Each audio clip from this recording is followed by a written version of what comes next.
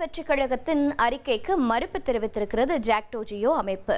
ஜாக்டோ ஜியோ அமைப்பின் ஒருங்கிணைப்பாளர்கள் இந்த தகவலை வெளியிட்டிருக்கிறார்கள். எங்களுக்கும் தாவேக தலைவர் விஜய்க்கும் எந்த சம்பந்தமும் இல்லை என்று தெரிவித்திருக்கிறார்கள். உடனடியாக நம்மிடையே செய்தியாளர் மணிகண்டன் இருக்கிறார். மணிகண்டன், வணக்கம். தமிழக வெற்றி கழகத்தின் அறிக்கை என்ன, ஜாக்டோ ஜியோவின் மறுப்பு என்ன, இரண்டையும் ஒப்பிட்டு விவரங்களை பதிவு பண்ணுங்க.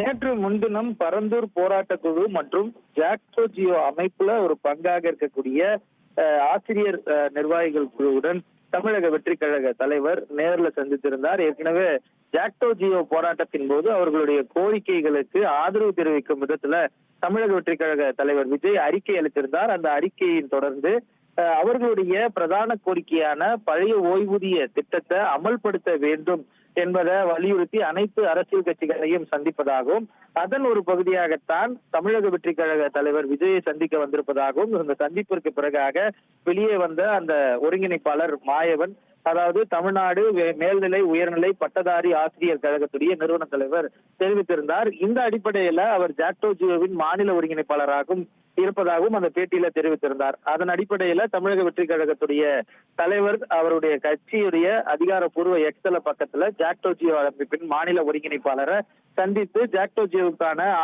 கோரிக்கைகளுக்கான ஆதரவை முழுமையாக தெரிவித்திருப்பதாக அறிக்கை வெளியிடப்பட்டிருந்தது. இதற்கு ஜாக்டோ ஜியோ முழுமையாக மறுப்பு தெரிவித்திருக்கிறது.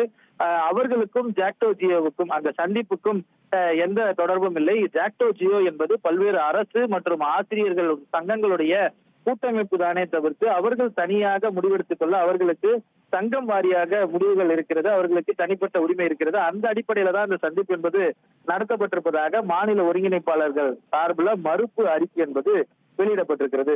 தகவல்களுக்கு நன்றி மணிகண்டன்.